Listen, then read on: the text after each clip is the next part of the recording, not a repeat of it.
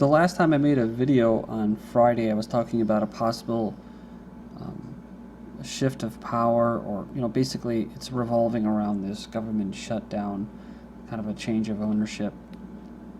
And I totally passed this over, this whole Federal Reserve changing of the guard, Bernanke leaving. And I did it for one reason, because it just to me seemed like the new Fed boss the same as the old boss. But what we're missing here isn't it? It's just kind of ironic that we've had the Secretary of Defense, Hagel. He just got nominated this year. Kerry, he got nominated this year. Now all of a sudden, while the government shutdown is taking place, who's the real government? Those who have the power to issue the money. The private cartel of banks, the Federal Reserve System. And what better than to hire a female to do it? So I don't know how official it is yet, but I do find it kind of interesting that this is all happening during the government shutdown. Of course, I saw this logo.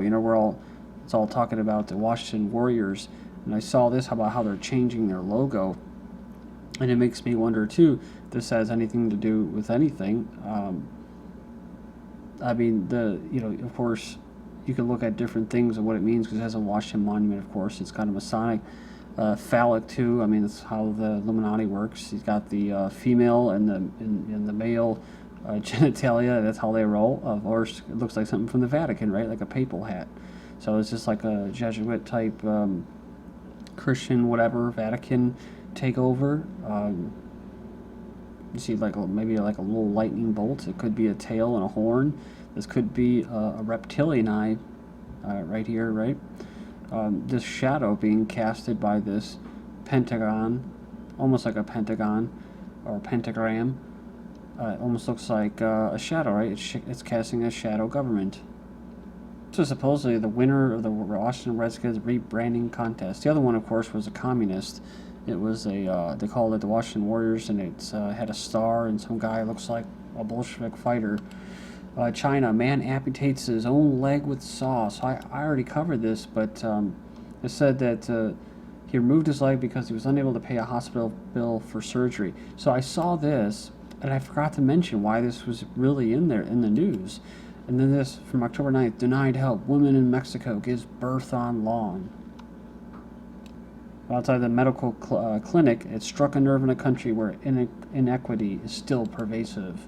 New Jersey woman gives birth on front lawn. And they said something about she didn't realize she was pregnant, but I just thought it was kind of funny that both those type stories were in there. So they're trying to get people to feel guilty.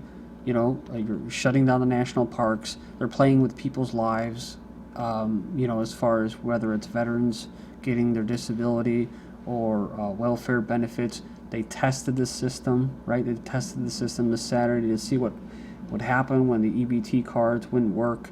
There was not food riots, but it was getting kind of ugly, right? And all of this because Obama needs to pass this healthcare bill, and it has nothing to do with the socialist agenda. It has nothing to do with the leftist agenda. Well, I didn't know this, but it was actually something that was pushed by Hillary Clinton. It was something that was pushed, I think, by Bob Dole and other, even like conservatives. Oh yeah, Mitt Romney actually has this same type of system in his state, and this is what he would have pushed. So it has not. They've been trying to pass this for a while. So don't fall into the left-right game. This has to do with what? Private insurance companies getting bigger, consolidating of private insurance, and of course forcing people onto that. So we're screwed whether they pass it or not, but they're just playing, like I said, they're just playing games with it. And of course, if they do pass this thing, what does that mean? It means, well, health insurance companies, I mean, we're talking about the future where they could have the power to where you can't find a job, or you call in to have a pizza delivered and it says, sorry, you're not eligible to receive this due to your health insurance policy. I mean, me personally, I think we should just opt out of the whole system completely, but if people are going to keep going along with this is the type of things that you're going to see. Alright, so USC helps Hollywood concoct Obamacare psychological operation. People learn from TV. It says here that as part of a broader effort to counter extremism in northern Mali, the United States also underwrote a series of radio soap operas whose plot twist emphasized the dangers of extremism. But now they have what? Coming soon to your favorite TV show, plotlines about Affordable Care Act, the Hollywood Health and Society program with the USC, Southern California, I guess, University, got almost a $500,000 grant this week from the California Endowment to help TV writers tell better stories about the new healthcare insurance laws. So why try to get your public health message into fictional storylines? People learn from TV, says Marty Kaplan, the director of Norman Lear Center. Even if they know it is fiction, even if they know if writers can make stuff up, especially in the realm of medicine and public health, if a doctor says something to a patient, people tend to think that someone has checked that is true. They'll be giving them content, storylines, information so that people watching those programs will learn about Obamacare and useful information about how to get enrolled. Something I noticed recently too, as far as surrounding this government shutdown, they may actually this may have been part of the plan the entire time. They're talking about a decrease in Social Security increases, talking about tapering food stamps. So the House voted this evening to taper food stamps by $39 billion over the next decade. Republicans argued that the bill would restore the program's original eligibility limits and preserve the safety net for the truly needy. So one of the things that we do understand is that manufacturing is gone. We're post-industrial, or mostly consumerist. We have retail industry, but it only depends on people being able to have money to spend.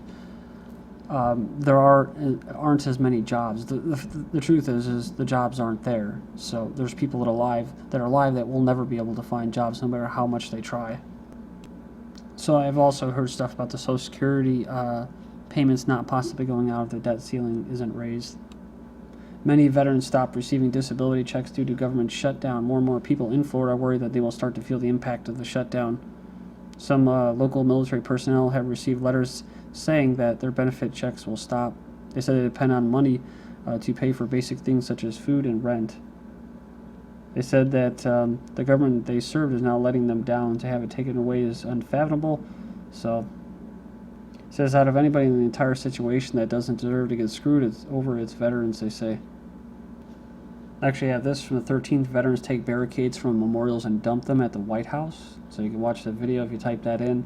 Blacklisted News website. Video of angry veterans taking barricades that were blocking access to Washington, D.C.'s monuments and memorials and dumping them at the White House. Of course, the hypocrisy is they have all the police state services running, still paying interest to the Federal Reserve System. Basically, all the bad things are still up and running, but they'll tape off, parks. I mean, if they're the people's, then they own it. Then why are they being locked out?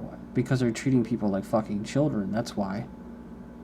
And every story that happens, any accident that happens, whether it's salmonella, tainting, it's because of the government shutdown.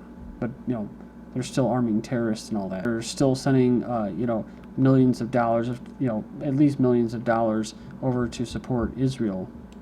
How much money has gone into people who aren't even Americans, i.e. illegal immigrants, funding other countries to carry out Planned Parenthood, but they don't have the money, right? Walmart customers riot when unable to use EBT cards. Some customers took unpaid groceries and walked out of the Mississippi Walmart after they were unable to use their food stamp cards on Saturday. Some people say this was a beta test. We'll see. People in 17 states found themselves unable to buy groceries with their food stamps debit-style cards Saturday after a routine check by a vendor, Xerox Corporation, a little military-industrial complex company, resulted in a system failure. The mini riot happened at the Walmart in Philadelphia, Mississippi. Shortly thereafter, managers decided to temporarily close the store. So, it's like, why do you think that they're built the way they are, like citadels? Because you have cameras everywhere. That's why. When this happens, where the FEMA camp's going to be, some of them will be in parking lots at Walmart, including having the guard shack towers and having armed guards. Like TSA-type pat-downs to get into Walmart. And speaking of riots, outrage in India's temple stampede toll hits 115 people.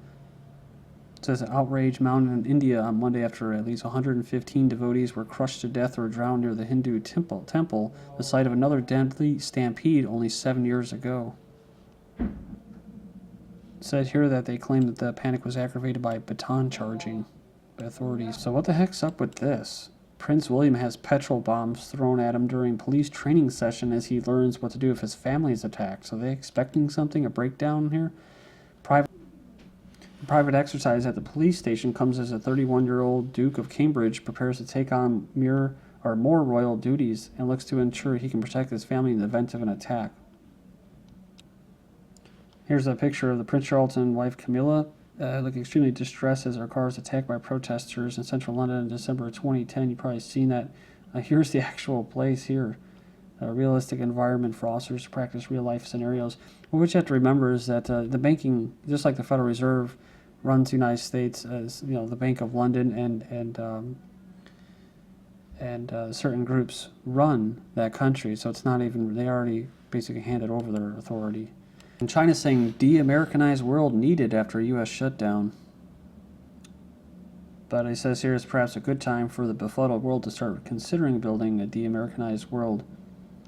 So against American hegemony, that's what he's talking about since World War II, it added such alarming days when the destinies of others are in the hands of a hypocritical nation have to be terminated. A new world order should be put in place, according to which all nations, big or small, poor or rich, can have their key interests respected and protected on equal footing. I've come to realize somewhat what they talk about when they use the word new world order, especially when it's coming from China or Russia, is that what they have in the West, it's kind of a Judeo-Christian alliance, and what they want is total domination of the entire planet, where other countries, sovereign nations, can't determine their own fate. And what they're saying is that they don't want that. They want to be able to have at least some kind of say in what happens in their country.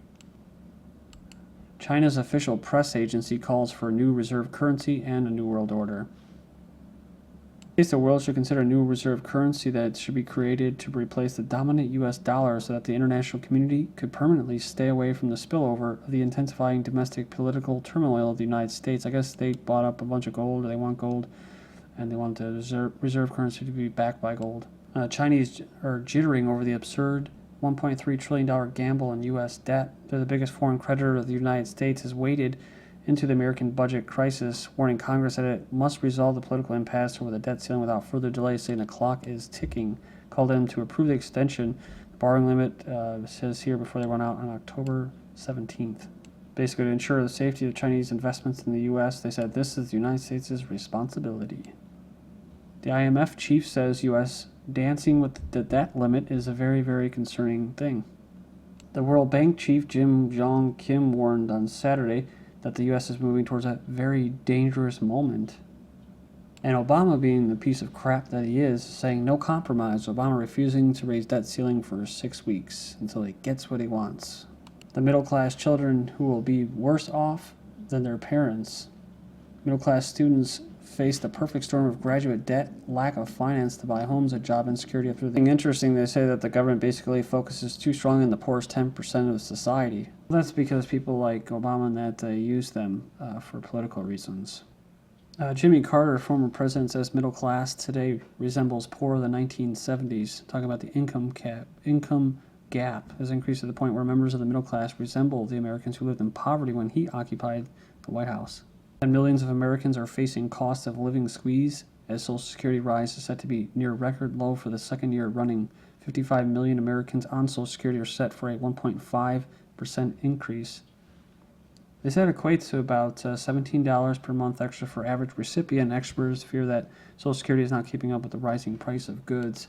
Nearly 50% of older Americans are having to delay their retirement, and over 80% say they will still work after they turn 65. I throw this in there from 2009. Wall Street gambles on old people dying. Goldman Sachs developed an index of life settlements enabling investors to bet on whether people will live longer than expected or die sooner than planned. Basically bundling life insurance policies and selling them as bonds to investors who would be betting, in essence, on when the policyholders will die. So this is what capitalism is, to me personally. You're treated as a monetary asset, or liability, really. basically to be profited from and exploited from the day you're born to the day you die.